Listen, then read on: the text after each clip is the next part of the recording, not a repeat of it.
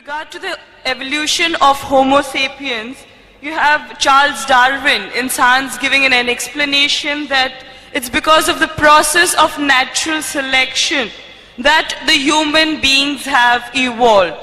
Now seems to be in contradiction with the Islamic belief that we are the children of Adam alayhi salam. Now how can this be reconciled?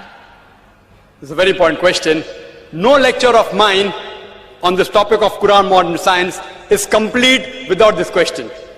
I've given this talk in various places, in Canada, in USA, in UK, in Saudi.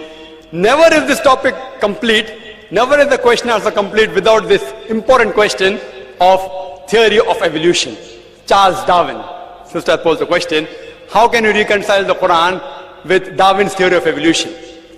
Sister, I have not come across any book which says fact of evolution. All the books say theory of evolution. There is no book I have come across saying fact of evolution.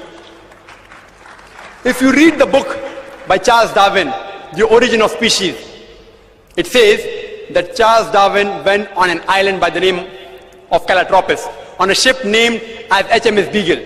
And there he found birds pecking at niches.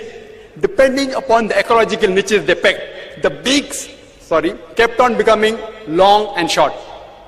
This observation was made in the same species, not in different species. Charles Darwin wrote a letter to his friend Thomas Thompson in 1861 saying, I do not believe in natural selection, the word that you used. I don't believe in theory of evolution because I've got any proof. I only believe in it because it helps me in classification of embryology, in morphology, in rudimentary organs.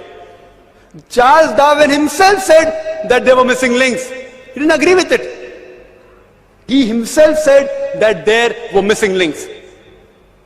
Therefore, if I have to insult someone, that if you were present at Darwin's time, this theory would have been proved right, trying to insinuate that he looks like an ape.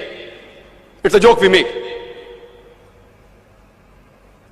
The reason that this theory, in most parts of the world, it is taught as good as fact. You know why? Even I was in school, I learned about Darwin's theory. And even today they are taught. You know what the reason is, sister? The reason is because that if you analyze the church was against science previously. And you know the incidents that they sentenced Galileo to death. They sentenced Galileo to death. Why? Because he said certain statements in astronomy, etc., which went against the Bible, so they sentenced him to death, for which the Pope apologized now.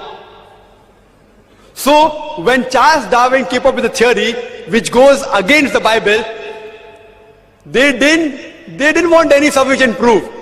An enemy of my enemy is my friend. So all the scientists, most of them, they support the theory because it went against the Bible, not because it was true. They only supported it because it went against the Bible. All the stages we have mentioned, sister, all the stages, Lucy, there were 4 hominids. Science tells us today there's 4 hominids. First is Lucy, along with its guide, the Australopithecus, which died about 3.5 million years, the Ice Age.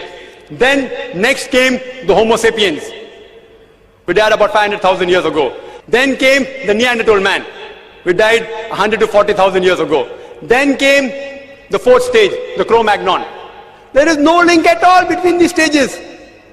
According to P.P. Grassi, in 1971, who held the chair of evolutionary studies in Paris, in the Sorbonne University, he said, it is absurd.